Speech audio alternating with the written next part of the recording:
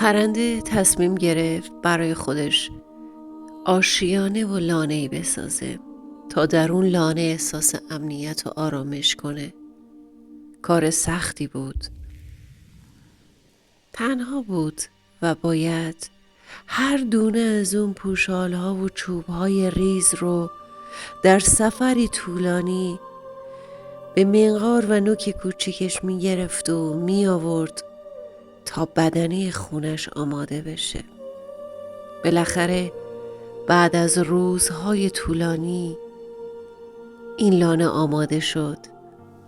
پرنده یک عالمه پوشال رو به زحمت و دونه دونه به لانه‌اش آورد و بستر گرمی رو در اون مهیا کرد.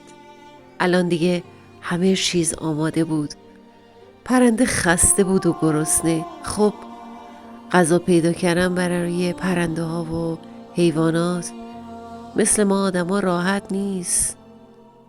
اونا کمدای پر از خوراکی و یخچالایی با خوراکی‌های پر زرق و برق و متنوع ندارن. اونا هر بار برای فقط زنده ماندن به سختی باید برن شکار و غذایی رو پیدا کنن. پرنده داستان ما چند تا حشره رو به سختی شکار کرد، اما خوشحال بود که آشیانه و بستری گرم داره. به سمت لانه برگشت، اما دید که لانه روی شاخه نیست و روی زمین افتاده و متلاشی و سرنگون شده. قلبش شکست. بر مزار آشیانه‌ای که با اون همه زحمت ساخته بود نشست و با شیون و گریه و زاری با خدای خودش شروع به شکوه و گلایه و شکایت کرد. اشک میریخت و به خدا میگفت تو چطور تونستی لونه ای رو که من با این سختی و رنج و به تنهایی ساختم متلاشی کنی؟ چرا اجازه ندادی آرامش و مأوا و جایگاهی برای زندگی کردن داشته باشم؟ همینطور که مشغول گفتگوهای پر از گلایه با خدای خودش بود، نگاهی به شاخه‌ای کرد که روی اون لونه رو ساخته بود و دید یک افعی بزرگ سیاه رنگ دور شاخه همون درخت پیچیده و انگار مدت طولانی بود منتظر برگشت پرنده به لانه بود. پرنده با چشمان پر از اشک و قلب شکسته نگاهی به لانه انداخت و نگاهی به اون افعی منتظر. بله، خیلی از جاها توی زندگی ما حکم اون پرنده رو داریم و اون لانه تلاش‌ها، زحمات، اندوخته‌ها، دارایی‌ها، وابستگی‌ها و چیزهایی که خودت میدونی هستن.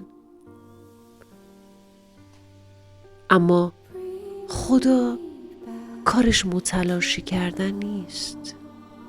اون راهی رو که ما میریم بدون اینکه قسمت الهیمون باشه، اون راه رو سد میکنه تا ما متوجه بشیم. گاهی اوقات ممکنه خوششانس باشیم و مثل پرنده همون لحظه حکمت کار خداوند رو بفهمیم، اما خیلی وقتها هرگز متوجه لطف خدا نمیشیم و نسبت به از بین رفتن نعمتی که احساس میکنیم برای ما خیر و برکته به خداوند خشم میگیریم.